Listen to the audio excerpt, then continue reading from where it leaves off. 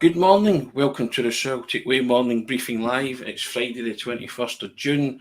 I'm Tony Haggerty at ahaggerty10 on the X or Twitter handle, and I'm joined today, three-man team today, excellent, can't beat it, by at Ryan McGinley, at the Ryan McGinley on the X or Twitter handle, and he's back.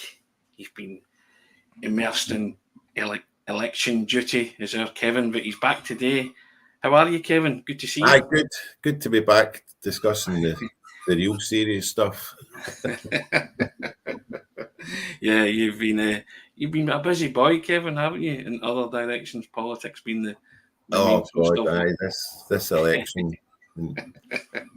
I'm due up in the Western Isles the week after next, up in Stornoway. I think there's a Stornoway Celtic supporters club, isn't there? I believe there is, yes. There is, yeah. You can maybe pay a wee visit to them. I'll say hello. Say hello to them. That'd be good fun. Ryan, how are you? You good? Things are all good, yeah. Still quite quiet on the transfer front, a wee bit too quiet for my liking, but at the same time, I'd much rather not be hearing anything and then being busy in the background getting stuff sorted, away from all the headlines and that. There seems to be noise in every team apart from Celtic at the moment, but you're hoping that that's just Celtic preparing for a busy summer. Enjoying the Euros just now.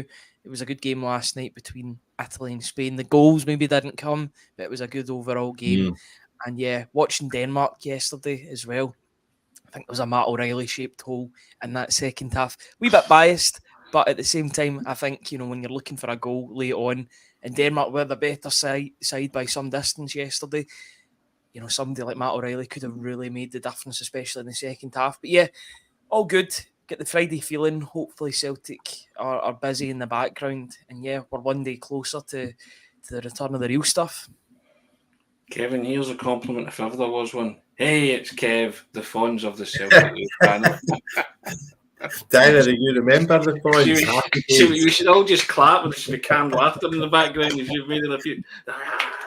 One of them. Monday, Tuesday, happy days, Ryan. Happy days. These days are ours. Yep.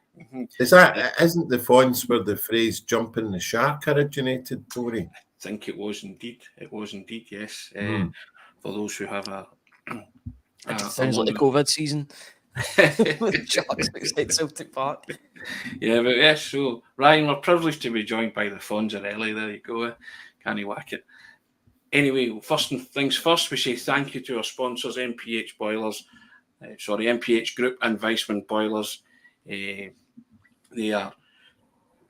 sponsor the pod every day, and we thank them for that. You can check them out, and the links to all the stuff on the links in the description of this video. And we direct everybody to the bottom there of the screen. Subscribe to the Celtic Way website. Costs you £4 for 4 months. For what we believe is top quality journalism covering the club you love, hit that subscribe button, guys. www.celticway.co.uk/subscribe. On the website today, Ryan, there's a piece by Alan Morrison, isn't there? Yeah, there's 3 summaries that are coming up on the website. I believe his third piece is out on the weekend as well. But it's just talking about the defence under Brendan Rodgers and really going into the numbers surrounding it. Basically, the conclusion, and not to go too into the article, but Celtic need to improve defensively next season, and in particular areas next season on the left side of defence. That seems to be a problem area, as we've pointed out on the briefing numerous times before. It's an area that you're hoping that Celtic are looking at in the summer and looking to strengthen and repair. But there are some positives in the defence. Cameron Carter-Vickers is a massive standout, especially when he's fit. When he's fit, Celtic usually win games. But there's plenty of work to be done, and hopefully Brendan Rodgers can get the players in next season that he needs to fully strengthen the back line. Because it's true what they say. I think it was a term that originated in basketball. Attacks win games, but defences win championships, and that's very true. I think that Celtic just need to strengthen next summer ahead of a battle on 4 fronts, because they'll be in the Champions League, League Cup, Scottish Cup, and the Premiership. Busy season next season, and they need the defence to be able to cope with that. Indeed, couldn't agree more. we can wax lyrical about Cameron Carter-Vickers all day, can't we, Kevin? But we still need another new centre back and a left back, don't we? If we want to progress moving forward and strengthen, and a goalkeeper obviously as well. But that's kind of. It's not it's not any it's not passing judgment on Greg Taylor or Liam Scales. Both of whom went above and beyond last season. It's just as Ryan was pointing out, next season is going to be even more intense than the last season, and you need a functioning 25-man pool, all of whom are ready to step in. You know, the kind of phrase and the concept of fringe players or pool players is pretty much redundant in the modern game. Previously, a fringe player was somebody who was, maybe just counting down his contract, or everybody knew he's only going to play either when it doesn't matter anymore or in extreme circumstances. But now the players who are maybe not getting as much game time, you can't call them fringe players anymore, because such is the intensity, especially in Europe, but also increasingly at home. These players, when called up, have to kind of be up to speed and have to get in. There's not really any room for passengers in the 25-man squad, when maybe 10 years or so before that, there was a bit of lassitude given to them. Doesn't happen anymore. And yep, that left side of the defence needs shored up, needs reinforcements. Yeah, I mean, it's as you say, I think lots of Celtic supporters are aware of that as well. And Ryan, you were talking about kind of Cameron Carter-Vickers there, and Kevin mentioned Liam Scales, but I wrote an article recently saying we're trying to find a Cameron Carter-Vickers clone, really, aren't we? Somebody who can play the left side of defence beside him. We've spoken about Scott McKenna and Willie Miller. Spoke to him and he was saying it's a no-brainer. Are you still hoping that Celtic are active in that sense? And the likes of Scott McKenna ticks a lot of boxes, doesn't he? Yeah, I've got to caveat that by saying that I wish that Nawrowski was that player before Celtic go and do sign a player in place of him. But for me, if he was going to be a first-team player and be a massive part of next season, wouldn't he have broke into the side towards the end of the season? Instead, it was Liam Scales that was trusted. Maybe that's a trust thing, and the fact that he wasn't fully back from an injury, or he wasn't back to 100%, and they wanted to throw in Scales for continuity purposes. I just felt like he had a part to play, and Rodgers elected to go with Liam Scales anyway. So that maybe points to the fact that Celtic do need to do better in that position and sign somebody. Daniliuc is the name that won't go away. Scott McKenna as well. He's on a free. He's a free transfer, so you'd need to just give him good wages and maybe a signing on fee as well. If Brendan Rodgers wants Scott McKenna, then I would presume that Celtic would go out of their way to sign him for him, because this is the best opportunity that Celtic have had in his career to sign the player.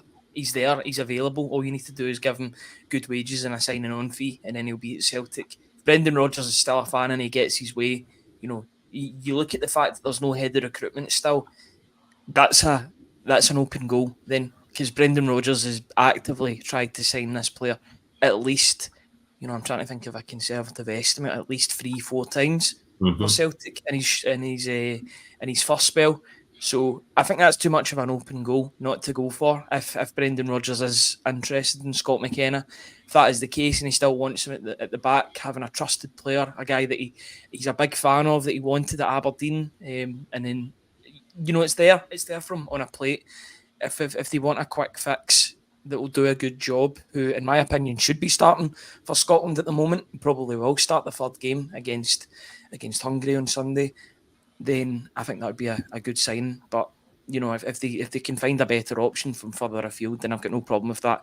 I just think that position needs to be sorted early, as does the goalkeeping position, because you need solidity and you need that to take shape. Because Carter-Vickers needs to get used to them, and Johnson and Taylor, or the new left back, they all need to get used to each other as well in pre-season. So I'd want that done sooner rather than later. Kevin, is it just a case of they're waiting to see how Scotland do in the Euros? And McKenna himself was saying he's want to concentrate on finishing the Euros with Scotland and playing in the Euros with Scotland. So, well, yeah, I get that. but we've been here before. Yeah, of course. Maybe we're trying to contrive the narrative. Maybe Celtic are trying to contrive this narrative that by the time they announce it, they can say that various English, Italian, and Spanish sides that we've beaten English, Spanish, and Italian sides to get to his signature. We've won the race. But I'm kind of I'm the wrong person to ask, because I'm still deeply cynical about the way that Celtic traditionally go about their business. And I know it's the 21st of June. First pre-season game is the 5th of July against Ayr United. Yes. You have to believe that the Celtic have been scouting players. Yeah. The last 6 or 7 months, because we've been on. The three of us have been on and mentioned these areas and have been for the last 6 or 7 months. And I know you don't want to kind of you have to make sure all your ducks in a row. But the fact is that we're 2 weeks away from the first pre-season game, and as Ryan just said there,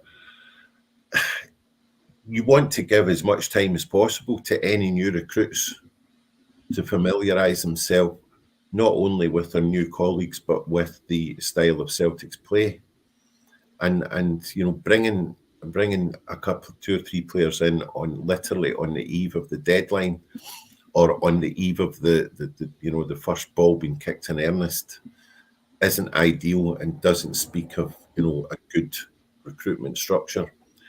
So Celtic, I think, have got a week to allay my cynicism. I'm not panicking per se yet, and if players aren't in situ before the Ayr game, I'll still not be too perturbed. I want them there for the American tour. I really do. I want players in. Yeah, absolutely. Before that, you know what I mean? So I can cope with them maybe not having that smattering of players before the Ayr United game. That's fine. I can live with that. But I would want everybody in situ for the American tour, basically. And that's late July, isn't it? So what's that? Another kind of month away, really, isn't it?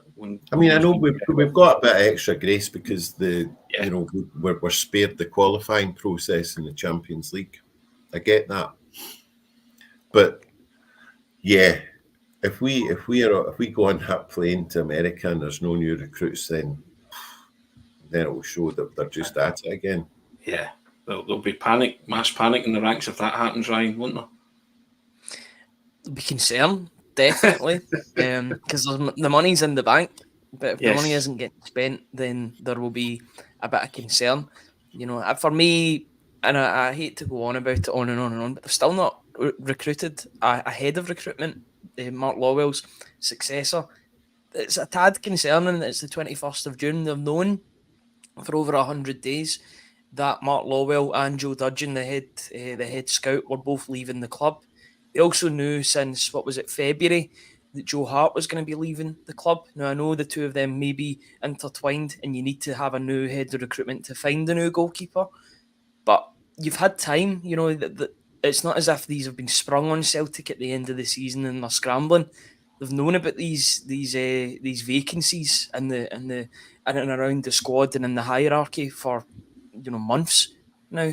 So I would hope that they're in the final stages into both of those appointments, or those 3 appointments, for the head of recruitment, the chief scout, which might be Mark Cooper, to be honest, the South American scout. I think he's getting brought on a full-time basis, which will be interesting. Hopefully they can find better players in South America, because there's talent there. Everybody knows that. And a goalkeeper, it's so important that position gets sorted quickly. I'd actually say I want that to be the first signing. I don't want Celtic to sign any players until they sign a goalkeeper. Start as you mean to go on. Scott Bain cannot be the first choice goalkeeper going into next season. I don't think he will be. I don't think Celtic will allow that. They need to find Joe Hart's successor, and they need to find him quickly. just hearing Joe Hart in a punditry sense, you can see why he was such a leader in Celtic's dressing room, because he's an incredible speaker on the TV when he's doing his punditry for BBC. I think he's been arguably the best alongside Thomas Frank, etc. I think those two have been absolutely tremendous in the Euros coverage thus far. It's a big blow trying to replace that, because he's such a leader, and even though he only wore the captain's armband in a handful of occasions when Cal McGregor was off the field, you get the vibe that he was a captain in and around that dressing room, and really giving his experience to the younger players. So it's not just replacing Joe Hart's ability on the field, it's replacing the personality off the field, and that's going to be difficult. Yeah. You don't know what you have until it's gone, Kevin. That's a massive hole Celtic now have in between the sticks. And obviously we want a goalkeeper of repute with ability, but that is going to be hard to replace someone of Joe Hart's experience and what he brought off the field as well. And, he got the total. Joe did the total buy-in, and he got the buy-in from the supporters as well. I think you saw that at stress points last season, because there were 2 or 3 times when we were teetering on things running away from us, and it was clear that it was as much the fact that we recovered was as much down to the kind of esprit de corps in the dressing room as it was to the performances in the park. You knew that this team were completely united, were pulling in the same direction, had the same sense of purpose, and there was a good spirit. You could tell that with any of the comments in the media, both the print media and the broadcast media. There weren't any moans, there weren't any kind of negative feelings, and that sort of unity of purpose doesn't just happen by accident or by a happy coincidence. That's down to the vibe, if you like, that's created especially by the senior players. And whenever you heard Joe Hart speak throughout the season, you could tell he was a leader, but that he had the absolute trust and respect of not just his manager, but his fellow players. And that then, became evident when the season was ended, after the Scottish Cup final. The love that he was getting from the support, but also from the players. And you're right, Ryan, he has been a top class pundit. Great analysis, brilliant, and really good intelligence. I mean, the way that he discussed the challenges, the specific challenges that goalkeepers get at that very highest level. I haven't heard anyone talk about the goalkeeping position with such authority and detail on television ever. And it was good to see, but it also reminded you that we've got a hole, not just in the playing sense, but in his whole attitude. Yeah. I've got to say also, incidentally, when you're talking about pundits that have been great, Thomas Frank has been, but I thought Rachel Corsie was brilliant the other night. She knows her stuff. She spoke really, really well. I hope to see her back in the box quite a lot. Yeah, we spoke about her yesterday. We thought she was excellent. Now, someone else making the headlines, Ryan. You like him. My personal jury's still out on him. The Honduran winger that is Luis Palma. He's been saying a few things, and he was saying he's been rubbishing, as the headline says, rumours of his departure. So it's all a surprise to him. Speaking in the media, I'll read out what he said. He said, "That's the first time I have heard of that. I have no idea where it came from. I have only been at Celtic for a year. I have 4 years left on my contract. I'm focusing on the new season and getting back to the level I was at when I first arrived. It won't take much to get me back to that.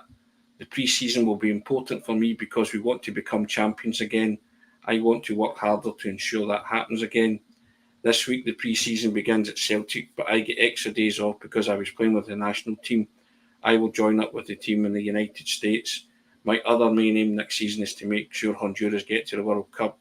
We have a tough path, and although many people say it's only Cuba and Bermuda, they are full of players who play in the low leagues of English football, so it'll be tough. So Luis Palma saying that's the first he's heard of him leaving Celtic, and he did. He got 10 goals and 10 assists last season, Ryan. His numbers weren't too bad in that sense, and he was plagued by injury. But my feeling, I had a wee downer on him after he missed the penalty kick twice, and everybody knows how I felt about that because I thought his attitude to that was particularly stinking. But he came back, he scored in the trophy day game and stuff like that. So if Luis Palma can get back to the levels that he showed when he hit that purple patch, then I'll accept that because he was contributing. For me, he was contributing a lot. But I thought a lot of the time Luis Palma wasn't a team player. He played for himself at times this season, and I thought he also hit a comfort zone and felt for a spell that he could do no wrong. But he has to realise that you can't just hit purple patches. This has to be consistent throughout the season. And if there's one player I want to see progress and improve, Luis Palma certainly fits into that category for me.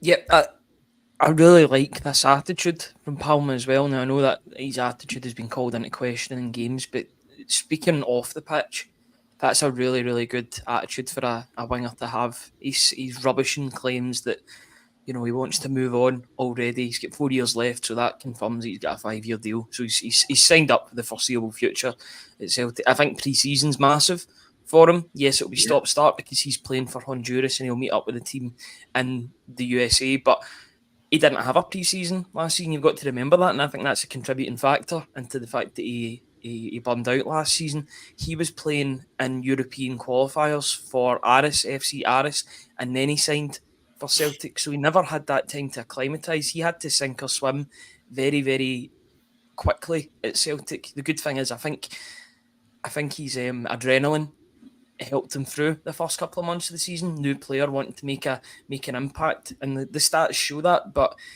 he then burned out, and I thought he really struggled from January onwards. He had a couple of good moments, but he flat to deceive in a lot of games, which would then give an opportunity to James Forrest to come back into the side, and nobody's questioning how big his impact was in the second half of the season. It's now up to Palma to keep that consistency going, because if he can keep the way that he was playing September, October, November, that 3-month period, if he could do that over a season, he could be on 20 goals and 20 assists quite easily, because he's that sort of player.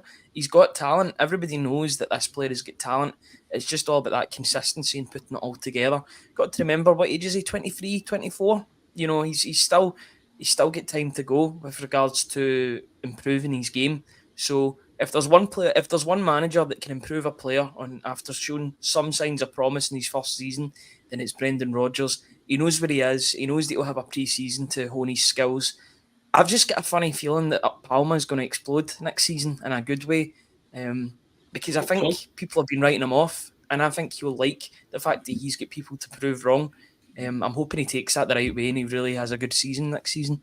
Kevin, there's no doubt that there's talent there, but I think in terms of the contribution, I think Kyogo suffered as well, with the likes of Palma, Kuhn and Yang not being the wingers and delivering the balls into the box that he wanted.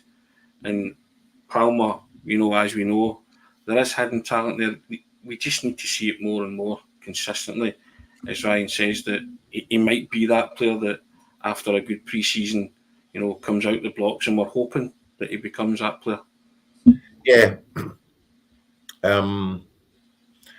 Ryan's convinced me. He's kind of won me over. It's not that I was hugely critical of him.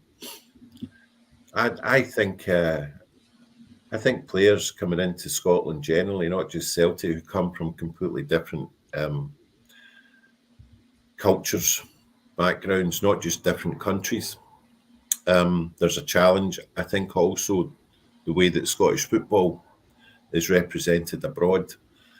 Some players might come and they play a few games and things go well. We win by a few goals. and yeah, they think, oh right, this is actually going to be a cakewalk. But actually, I think, and I've said this, but I think we've discussed this before. Scottish football beyond Celtic and Rangers, I think, has improved. I think there's greater levels of fitness and organisation. I think the quality of coaching in several of the teams out with Celtic and Rangers has improved enormously, and I think those big victories are getting rarer, thankfully. Because I like to see competitive games against the likes of St Mirren, Motherwell, Aberdeen, Hearts, Hibs. Palma, I really liked because he was our sort of player. I loved it, when he cut in and he had a shot in him, and it was taking other defences by surprise because he was, he was cutting in and then shooting, not just looking for the floated ball to the back post. And he scored he scored a few memorable goals that way. I'm happy to give him the benefit of the doubt, and I liked that statement. I liked the tone of the statement. And yeah, he didn't have a close season. I'm reminded of Hatate. Something similar happened to Hatate in his first season. He came in, he was on fire, and he sort of didn't produce for 2 or 3 months. And a lot of that was down to the fact that he was, he's knackered. He's young. He's coming from a completely different culture. So yeah, he's in a 5-year deal. We can't afford to be paying that sort of money on such a long-term deal and then dismissing them after a year. He has to get this year, and there is a player there, and I'm hopeful. I'm optimistic that this can be a big year for him, and as such a big year for Celtic. And yeah, you're right. Having that winger being more reliable with his supply of crosses into the box will benefit Kyogo too. Yeah, I think there's just a maverick tendency with Lewis Palmer for me, Ryan. I think if he becomes the consummate team player, I think he likes to be, the centre of attention. You saw that with the trophy celebrations as well. He's loving all that, and I love that fact about him, but I just want him to buy into the team ethos a wee bit more in terms of his product on the park. Because I get that forward players are by definition selfish, but if he was just for me, I just thought in times he played for himself, and if he couldn't score, then nobody else was going to score. That kind of thing. When maybe just look up, get your head up and look around you, see the game, the picture, see other players better positioned. That's all I'm asking from Palmer, and I guess he will get better. And Rodgers clearly thinks there's something to work on there, and as Kevin said, he is here for 5 years, so I'm looking forward to see what he can produce, because I think there's something there. But I just think in terms of his attitude, that has to change as well, and buy into the whole thing. And it's a team game. It's not about just you as an individual, because if you're off it, then you're affecting others. You're affecting Kyogo by not bringing any supply to him, that kind of thing. And he has to see that. He has to be, cognizant of that, basically, is what I'm saying.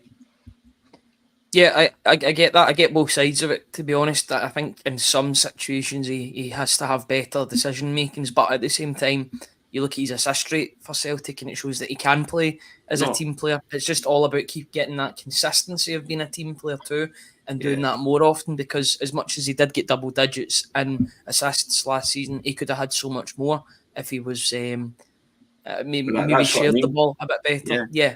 Here's a comment as well that I totally agree with. See, that kind of stuff, that used to do my brain in. I actually think he's Celtic's best corner kick taker. I'm not saying he's not, Ryan, but stop with that kind of caper.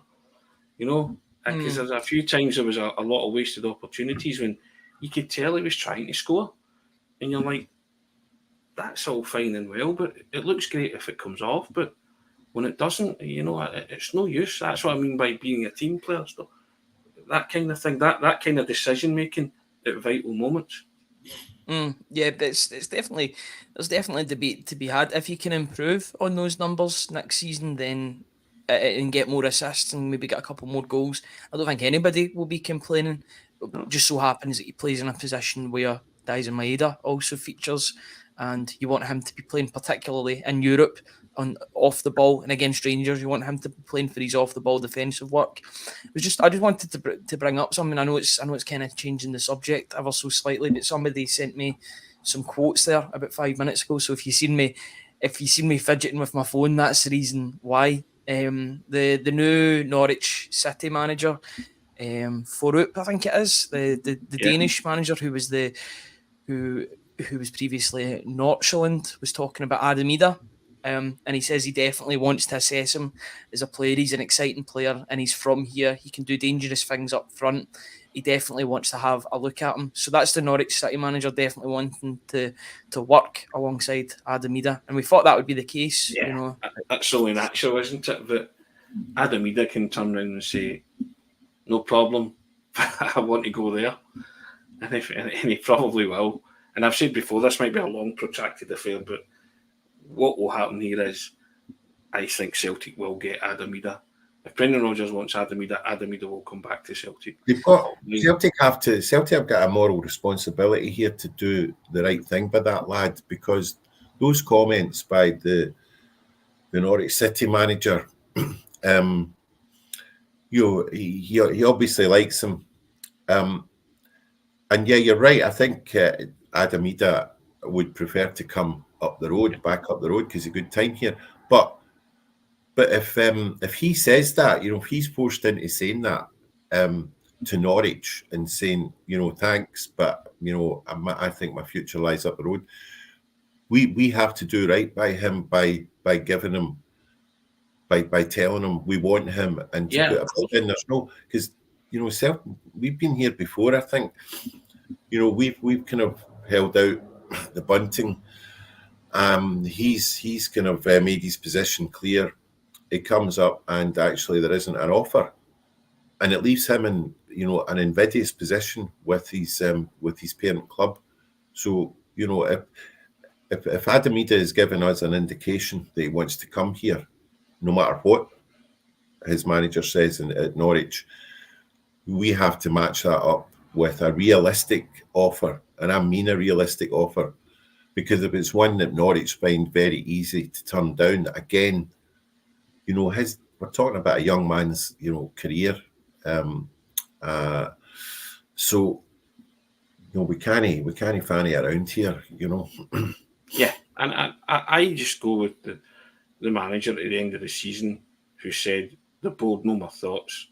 This is a big game player. He was basically, it's a shot over the bow, saying, I want this guy, make this happen. Certain things need to happen to make all parties, happy. The Norwich manager's only saying something that, we all thought he would say anyway, that he wants to have a look at him. Adam Idah is jumping through the hoops, so to speak, just now, saying when he's on international duty, I don't know what's happening. I'm contracted to Norwich, so he's not wanting to burn any bridges. But I think, he's been told, go down the road, see the lie of the land with the new manager. But, we will, we want you. And I think that's what will happen.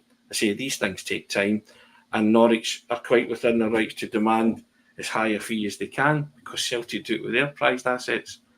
As you say, it's up to Celtic to go and tell the boy that he's wanted, he's loved, and make a realistic offer for the player if they genuinely want him, which I believe they do.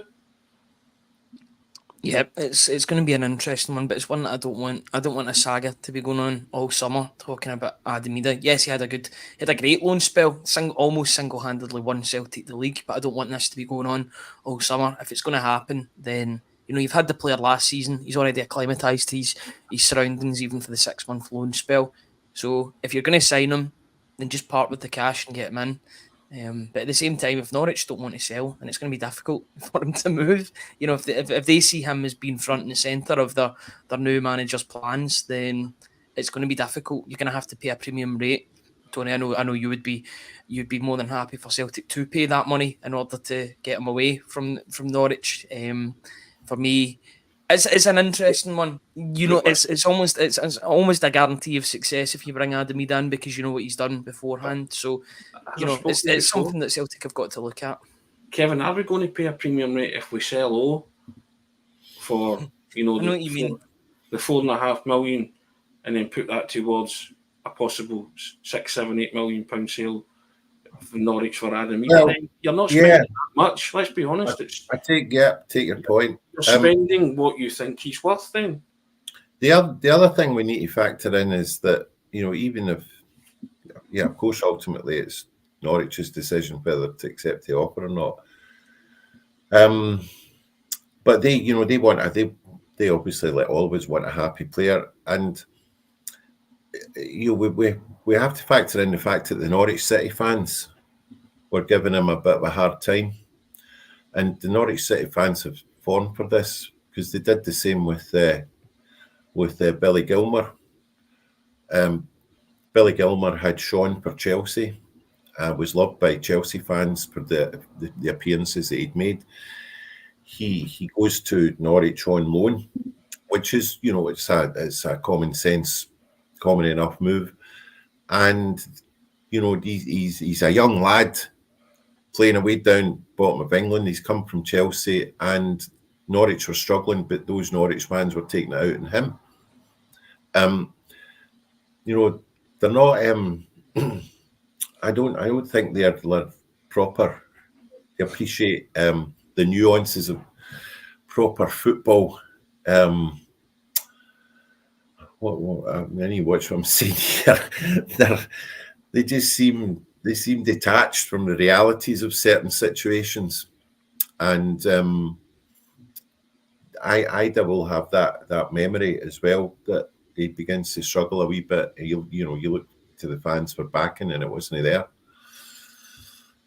Yeah. So, yeah, Celtic hopefully will kind of be mentioning this to him as well. But as you said, Tony, we don't need to. He would like to be here. Of course he would. But Celtic, there has to be a realistic offer. Yeah. Seriously, Ryan's right. You know, the ultimate decision is Norwich's. We can't be going in with a ham and egg offer. You know, pitching, inching it down as low as we can. It's not classy. We've got the money. That means we don't need to do that. We might have extra money if O goes, as you say. So let's just cut that out. Yeah, we need to be realistic. If we want these players in, they cost money. I'm not saying blow a spectacular hole in your budget, but you can't blame Norwich for wanting to inflate their price because of how well he did up here. He's basically been good value. Correct. He's basically given us about an 8 to 10 million. I would say £8 to 10 million worth of contribution in the second half of last season.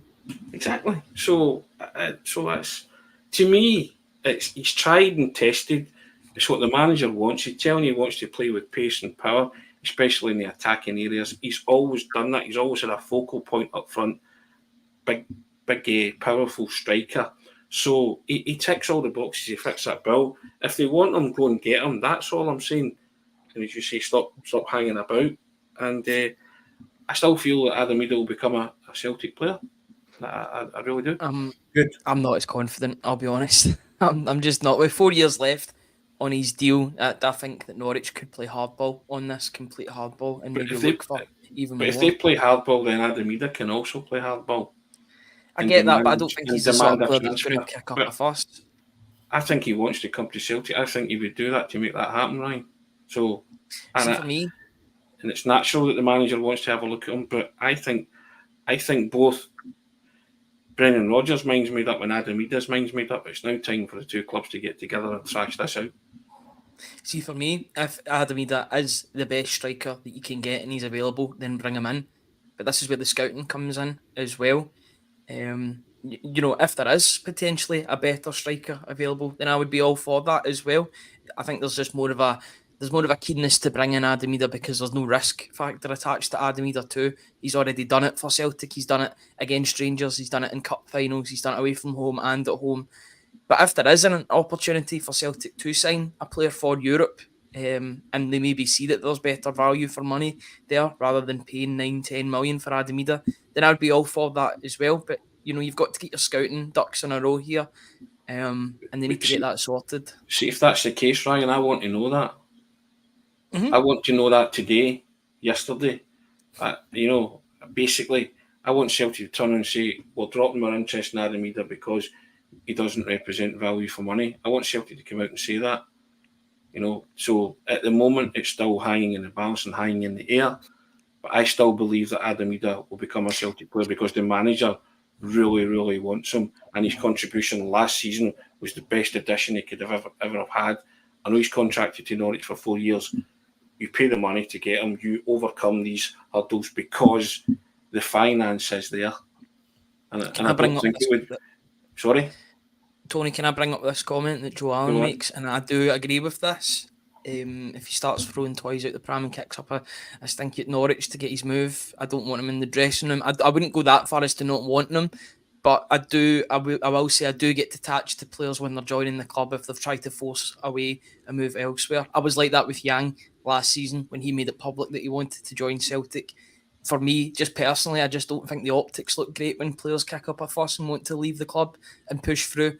I get that they want to make that move happen and they want to do everything in their power, player power and all that. But for me, I do get detached from players when they do make their intentions clear like that. And I worry that they'll do the same the other way. I know he is a Celtic fan, Adam Idah, so that might not happen. He's not even done that yet. He's not even put in a transfer request. I just thought it was a good point to bring up. Absolutely. Yeah, I agree. It's a good point. But I don't necessarily think Adam Idah is going to be a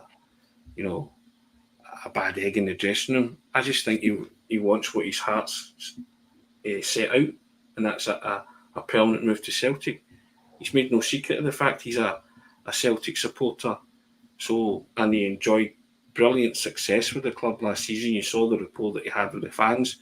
I think he's got his heart set on a move to Celtic, and I think the manager has got his heart set on bringing Adam Idah back to the club. So I don't think you'd be disrupting anything. I think you would be following your heart on that one and saying, look, I would like to go there.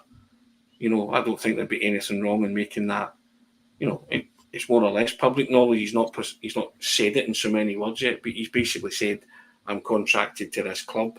But I think he's sort of saying to you, my head and heart lies up the road. I enjoyed it. If push comes to shove, or in an ideal world, I'd like to go back to Celtic. I don't think there's any disruptive influence there at all. I think the player is just, as I say, he's biding his time, probably been told to bide his time because it might take a while. Do Celtic have that time to wait, though? I know that they don't have Champions League qualifiers, but I don't want Celtic waiting around for a player. If a player wants the manager might want to wait for him because it's a player he covets most because of last season's success. More than one choice. Yeah, there will be more than one choice. Yeah, I get that, but this guy's tried and tested. That's true. He is not a risk, in my opinion. I take Ryan's point that no, he's not a risk. He's not a risk, but we've got 8 games in the Champions League, at least, and we should be looking at least 10, to be honest. And if there's another player that we're going to make an outlay at 9, 10, 11, 12 million pounds for, who's got a better pedigree, who we think we can operate at the Champions League level with a greater degree of optimism, then we need to consider that too. And Idah, and I've just said, he's prepaid. He's prepaid his value to Celtic by what he did last season. There isn't a European pedigree there yet. I think he's got the attributes for it. But I think, again, with Celtics, the money in the bank and the amount of time we've had to look at the areas we need to strengthen, we should be having at least 2 options in that area anyway. It's crucial. It's the key spearhead role in the team, in an attacking team like Celtic. There should be another option. Not least for the fact that, Norwich could play hardball, but we should be putting in as much time and consideration as somebody else, as well as with Idah. I hope we are, Kevin. That's what big clubs do. I hope we are, and it is time to act like a big club. And you're right. We need to know pretty damn soon. That's my point. Yeah. I don't want Celtic to be waiting until the end of the window and then deciding, Adam Idah's, he's not going to get game time at Norwich. Let's go and facilitate his move. I want Celtic to know pretty soon whether or not Adam Idah wants to join the club. If he wants to join the club, pay the money. He's already made that move before, and he's shown that he can do it in the Scottish League. Question marks maybe in Europe, but he's played in the Premier League before, so it will be a similar level. But I want Celtic to know, ideally, in the next few weeks, whether or not Adam Idah wants to join the club permanently. I think he does, but he might want to try his luck for one final opportunity at Norwich next season. If that's the case, then I want Celtic to be looking elsewhere. But it goes back to your original point about the head of recruitment then. Who is looking at Adam Idah alternatives? Right? Yeah. Because Adam Idah was the manager's choice. Yeah. And he was a manager that waxed lyrical when he brought Adam Idah in originally, and there was no trumpets, no fanfare. Third choice striker at Norwich, people raised their eyebrows and said, "What's this guy going to bring?" The manager told you what he would bring, and he did exactly what he said on the tin, what the manager said. So that's why I think that the manager is kind of like, I want him back. I'll turn him into that striker for Europe. But again, as I go back to it, I want to know that today. Well, I actually want to know it yesterday. Okay, so you need to be realistic and see if he's not coming back. Then tell the Celtic supporters, say they're pursuing alternatives. That's fine. I can live with that. I can live with that, but they need to be informed, because it can't drag on. Because the more it drags on, it's just like becomes a typical Celtic transfer saga stuff, doesn't it? But I just feel that the managers identify this player and it's one that he wants. So go and get it done. People saying, it costs as much as it costs. I think the manager wouldn't bulk it. Laying out however X amount of millions it is for someone like Adam Idah, because he thinks he was projecting the future, especially the game against Kilmarnock that wrapped up the title. I think he thought, right, he's my man. This is the guy I want. So go and do it.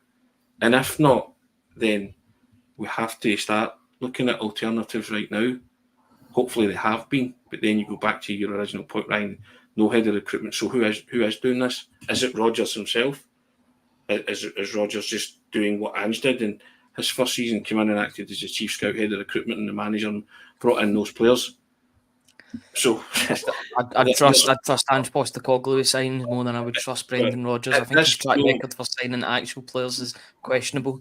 But at this moment in time, there's more questions than answers in terms of Celtic transfer activity, isn't there? And that's what's kind of annoying everybody, because the Celtic hierarchy, as Kevin said, have forum for this, don't they? Mm-hmm. More than forum. Yep. So it's consistent. This is consistent with the hierarchy of Celtic. We've seen this before, and I just feel as if the head of recruitment area should have already been sorted. There should be somebody. I would hope that it would get announced next week, if I'm being honest, for before July, surely. If Mark Lawwell's contract finishes, I presume it finishes on the 30th of June or the 31st of June. I'll need to check if June has 30 or 31 days. I'm just counting in my head. 30 days, Ryan, yes. 30 days, yes. So 30th of June, I assume. Most contracts finish then, don't they? I believe. Yeah, but the thing is, would you not speculate to accumulate there and bring in somebody so that that handing over of power or transfer power would be there? I just feel as if this should have been sorted months ago, and I don't want to be touchy about the new season before it's even begun. This should already be finalised. There should be somebody already looking at transfers. The window is open. Yeah, plenty of time to get touchy, Ryan. You got touchy last season, didn't you? The time for appointing somebody in this role was yesterday. So in my opinion, they're already late in appointing whoever, because they've got to put their foot under the table and get ready and get their ducks all sorted in a row, and there's nobody in that position yet. I would just hope that there is somebody, and they've not announced it yet. But there's not Kevin, what exactly are you doing? rumours going about. Are you that busy with election stuff? Do you know fancy it? Head of recruitment. Yeah. I've got a few contacts across the continent. Yeah, most of them unfortunately are serving behind bars. I'm not talking about jail bars, although maybe one or two of them as well. No, I know the kind of bars you were talking about. I know the local. Let's put it this way: I've got one or two local sources. Not sure about the lucrative Latin American market right enough, but Southern Europe, one or two in the north. But to be fair, if you're talking about the Latin American, South American market, you would need a couple of recce missions there. I agree. To make sure that you get used to the terrain. You know what I mean? Or as Alan Ruff famously said when Scotland went to South American to acclimatise to the bevy, basically, that kind of stuff. So yeah, indeed. Longer show today, guys. We'd have kind of lots to talk about, even despite the fact nothing continues to happen Celtic transfer-wise. But hopefully you're enjoying the Euros. I'm loving the Euros. The Euros have been great. Yeah, because teams are playing to win, Kevin, which is great. Aye, it's great. Who'd have thunk it that you go out and attack and you win football matches? And again, that deja vu again, all over again. After the Scottish Cup final, and I'm wondering if I'm seeing a different game with the reports of the Scotland game, because I thought Callum McGregor was great in that game. So did the Scotland manager. I thought that it said a hell of a lot to Tony Ralston's character that he came out and he had a really good second half. A lot of lesser players or less strong players would have buckled after that. And I was half in jest. I said on Twitter after his goal, I was winding up a couple of the people who were giving it, Ralston, he's crap, he should be out. And I said, actually, he was given the ball under pressure and he passed the ball into an area where he ought to have expected those two central defenders to be in. May have helped if he'd looked up to check. Right. But and it's a world-class finish by a world-class player. Yeah. But no, the more important thing was that our two guys gave everything, and Scotland could have won that game on their second half performance. Yes. And there's no reason why they can't beat Hungary. Hungary played well against Germany. I saw that game. So, it's not a given, but my God, there's a Scotland manager who has has to get a win against Hungary in the last game to virtually guarantee. That's a huge precipice to be on for a Scotland manager, given our record in tournaments. So I am loving. Sorry, I've taken 5 minutes to say what's the 20-second answer. I'm loving the Euros. We know you're loving the Euros, Ryan. Yeah. Yeah, I think it's been absolutely brilliant. There seems to be a bit of a reset when it comes to football, which has been really good as well. Because teams just, for whatever reason, are like, nah, we're not bothering about the defending today. I We're was just going all out attack. It's like I likened it to a rugby sevens match at the Commonwealth Games. That's what it feels like, because there seems to be a real lack of defence. I mean, the top goal scorer in the competition is own goal at the moment. I think he's got about 6 or 7 goals already in this tournament. It just shows you teams are going for it. Not a very good player, him, to be fair. It's Kevin was shooting the wrong way. A wee Angus Og, as he used to be known, Kevin. Yeah, remember that, Angus Og, indeed. But yeah, Ryan, you're right. There's been a lot of own goals scored, but I guess that's just testament to the fact that teams are attacking and defenders are under pressure. But it's been, in terms of a football fix, it's been a bit of a breath of fresh air, hasn't it? And it's been brilliant.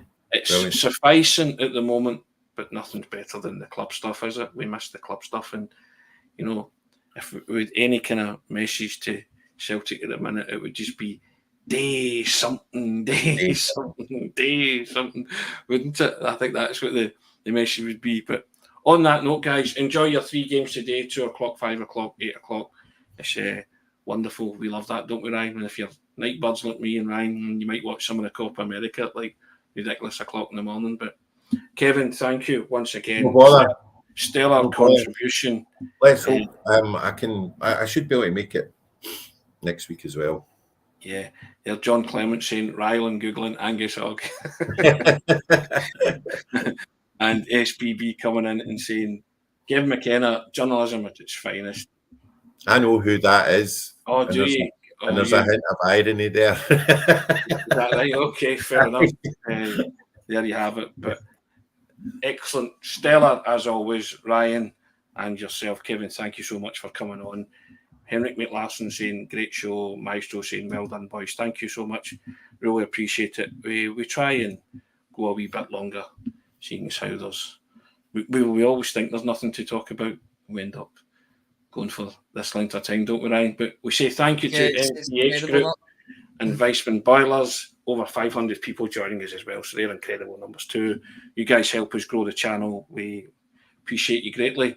And subscribe if you haven't subscribed already. Hit that button, guys. £4 for 4 months. www.celticway.co.uk/subscribe.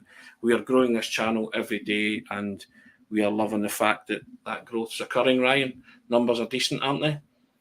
Certainly are. Yeah, they're continuing to grow. We just want to keep on growing this community that we've got, and we really do appreciate everybody that joins us every morning, both the people that maybe only join once or twice a week, people that are always there every single day. We appreciate everybody all the same. So please subscribe to the YouTube channel and keep us going. You know, there'll be plenty more where that came from, especially over the summer, and then when the season gets kicked off as well. Kevin, thank you. No bother. My pleasure. Loved it. And stuff as you do. Back to the grind, as they say. But yeah, we will see you on. Well, I won't see you on Monday, actually, Ryan. I'm off for a couple of weeks, so I'll be downing tools for a couple of weeks.